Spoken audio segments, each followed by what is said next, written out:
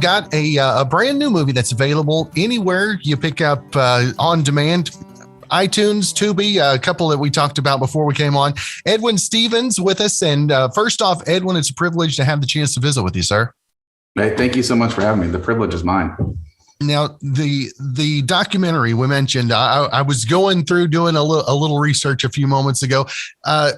Rotten Tomatoes gave you guys brilliant numbers coming from Rotten Tomatoes. Alice is Still Dead. Tell us what it's like to get that kind of a feedback, if you will. That's fantastic. This is news to me, so that's really great news to get on the air. Yeah, that feels really good. You know, this is a film. It's about my sister's murder and what it took out of myself and my family, and trying to get back to finding some kind of normal, and just really putting the viewer in the shoes of a family as they grieve with this kind of, sudden, violent, intentional loss. Right. It's a little bit different than that someone meant to kill her. Right. But I do think that, people who are going through any type of loss can relate. So, but, granted the personal nature of the project, it feels really, really good that other people are connecting with it and that they think that it's, well done enough to give us positive reviews. That's fantastic. Now, what was your view going into the project, and what is your view after the completion of the project, where folks have it in front of them to check out now? Going into the project, just being a filmmaker and having this life-changing event happen to me, for the first couple of years after her murder, we were all out of sorts, and I couldn't figure out any type of vehicle to make myself feel better.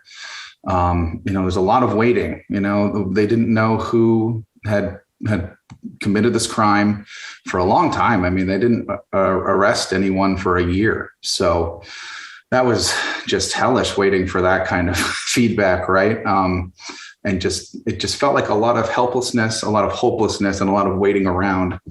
And then, for better or worse, I guess I just got impatient. I said, you know what? I've done therapy. I've been, taking some time off here and there. I think what I need to do is attack this thing head on, and I need to create some kind of art with it. I needed an outlet, basically. And so this film started that way, as like, oh, you know what? There's a lot of confusion about what happened. I wanted everyone to know that Alice was innocent, that she wasn't involved in drugs or, gangs, which is what a lot of people just hypothesize because of the nature of the crime. You want to think that someone did something that they knew that there was the possibility of violence, right? But unfortunately, in her case, it wasn't that way. So part of it was to, preserve her good name, but also just reflect on her. And I really wanted to just make a film about how great she was. And then as I started going through and interviewing a bunch of people from her life, I realized that this is more than a short. This is going to have to be a feature. And I think that it can, maybe relate to other people like we were talking about. I think it became a lot more about the grief and a little bit less about Alice specifically. It is about her, but I do think that it's more about dealing with the grief and the fallout, and the fact that, it's now been 8 years and I'm still not who I was before it happened. And that's okay. We change. And I think we don't give ourselves enough patience or credit. I certainly expected myself to just get over it and heal and get back to where I was before that. And it's just going to be different when you have, someone in your family that was that important to you taken away from you. It's going to be different. And I think that's, unfortunately, if we live long enough, that's something that everyone has happened in their life, right? Is some loved one is going to pass away before you. And dealing with those feelings isn't something that we'd like to talk about. I don't think there's that much media out there that's about that. We have a lot of true crime stories and not a lot about, taking a step back behind the curtain and looking at the families who are going through it. It's more about the glorification of the crime and the mystery, which is interesting. And there are pieces of that in this film, but mostly it's about just navigating loss and trying to figure out, how to live on. Now, for you, how hard was it in the beginning to be transparent and open about not only your feelings but everything you're going through? And did that become easier as the project moved forward? For me, I think if I had started this film immediately after the murders had happened, I would have had a really hard time being honest, because I was still trying to figure out how I felt, to be quite honest. But from the beginning, it was pretty apparent that if this film was going to work at all, I had to be 100% open, it's an honest portrayal of grief. And if it wasn't a completely honest portrayal, what's the point? Right. I mean, right. It did seem invasive at times that, I felt like I had signed off on being completely honest and open, but I did, interview my family and they're in it. And I wanted to make sure that they were okay with it being completely honest. And there were some difficult conversations there. So I think that was more of the difficulty for me, was I had signed off on my own film to be, open, but convincing others to do the same was a little bit trickier, but everyone got on board. And yeah, I just don't think this film works in any way if it isn't honest, What do you think that you learned about yourself? Maybe not so much personally, but as a documentarian working on this project that was also so close to you personally. This is my first feature that I've directed. I'm a cinematographer by trade.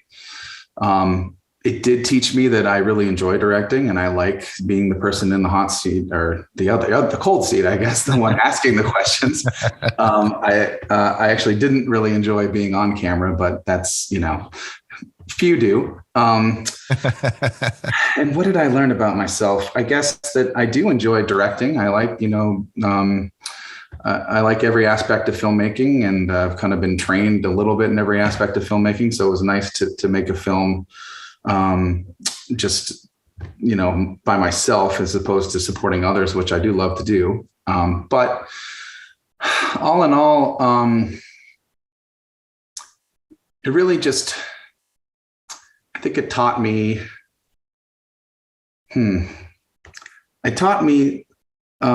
just how difficult it is to be completely open.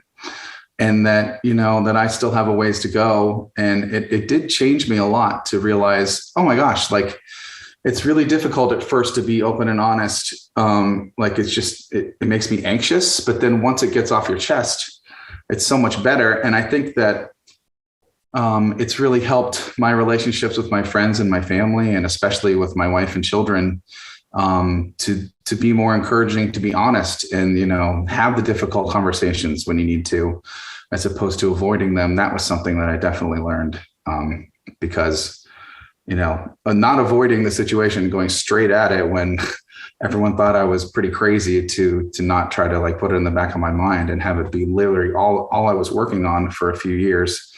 That was tremendously helpful and therapeutic. And that taught me that lesson for sure. And that's along the lines of what I was going to ask you. How therapeutic has the process been, and how has your healing? Has this helped that, or has it made it maybe reopen the wound a bit, if you will? I think there's a little bit of both, but mostly it was therapeutic and healing. I got to interview all these people, a lot of these people I never met before. Alice was an adult and she lived on the other side of the country. And so some of the people in her life that I just found on Facebook, and then they were willing to be interviewed. Right. So that was interesting, was to meet new people from her life and gain new stories. It was almost like making new memories with her that, she's dead. So I never thought I would gain new memories, but it was really exciting to learn new stories about her. And maybe, I had a pretty broad picture of who she was, but, little things like, oh, I didn't know she was like that quick-witted, or that she cared about people just as much as people said. And she would take time out of her day to do things that, we have busy lives. It takes a lot sometimes to just, go out of your way to do even the simplest little thing for someone else. And so that was extremely helpful, to have like a nice, well-rounded picture. And, she's taken from us so horribly. It was really nice to take the power back from that situation and be left with really nice memories and thoughts and opinions from people who knew her very well, as opposed to just having the bitter taste in your mouth that like this was gun violence and it's over, and it was nice to know that other people remember her too, for sure. And did hearing all of those anecdotes and stories from her friends that are now friends of yours after all of this process, how did that help you heal, and how did that make your heart feel? I know I lost my brother a year ago and had to go through all of the stuff, and I know how those stories and those inspirational stories of other people, how they made my heart feel, and I'm sure it had to be the same for you. Exactly. It's funny, there's two types of people. I think that after someone passes, like either the vault's open now and you can tell any story, even if it's embarrassing, right? Or there's someone who's like, well, I don't feel comfortable. She never consented to me telling you. So I do think that I was able to get a lot more from people, under the unfortunate circumstances. And it really, again, did create like a very well-rounded, fleshed out picture of who she was, which was wonderful too. And again, just, I knew who she was and I shouldn't have doubted it. But when this happens to someone, I didn't know what to think, that was she involved in something? Like, did the police find something that we're not allowed to have access to right now? And it was nice to be reassured that no, she was the person I thought she was. And she was a good person. And, it really put to bed a lot of those anxieties for sure. And that felt really, really good. And, there were, I gotta think that this is, in the production of this film, the filmmaker cried as much as maybe any other film that's ever been made. I had tears in my eyes at almost every interview, and it was so cathartic, though. It wasn't like sad. It was like, I never thought that I'd be able to feel these happy feelings about her again. And these stories bring her back to life in some way. So it did give me a lot of joy that way, for sure. And is that what you take the most pride from, is the representation that you have put before it on the screen?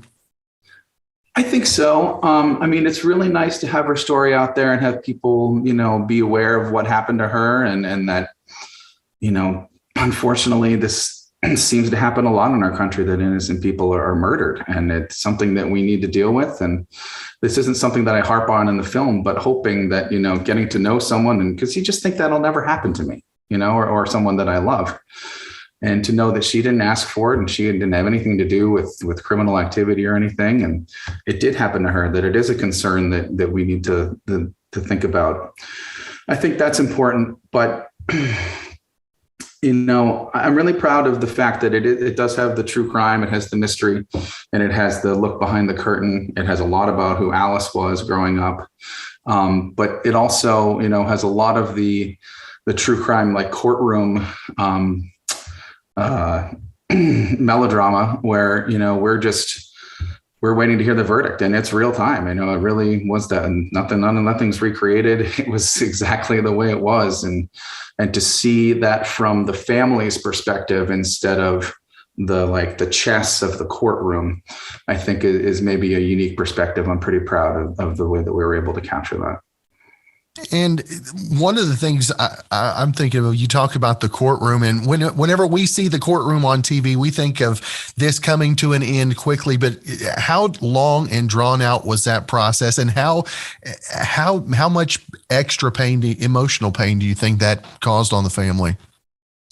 Yeah, it is interesting. I always think of like a Law and Order episode where by the end of the 44 minutes, whether they're going to walk or not, and that's just not the case, unfortunately.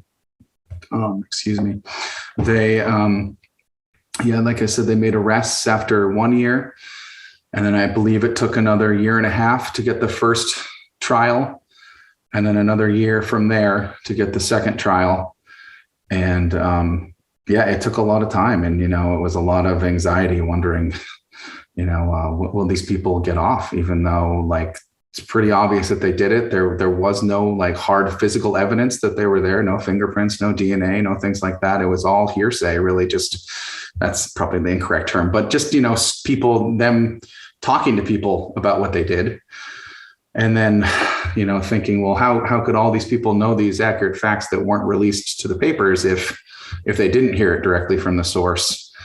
and just praying that the jury, sided with, what we knew was the right verdict. But the defense made it really hard. And that was something that I've always understood, it made sense that it's fair in the court of law that there's a defense, but then when you're on the other side of it and it's like life or death for you, man, is that difficult to sit through. So that part was challenging. And it was even more challenging, I think, to have it on camera because, again, you want to be as honest as possible and you want to be in the moment, but in the back of your mind, that they're recording and sometimes you get self-conscious, but I think we were able to open the doors there.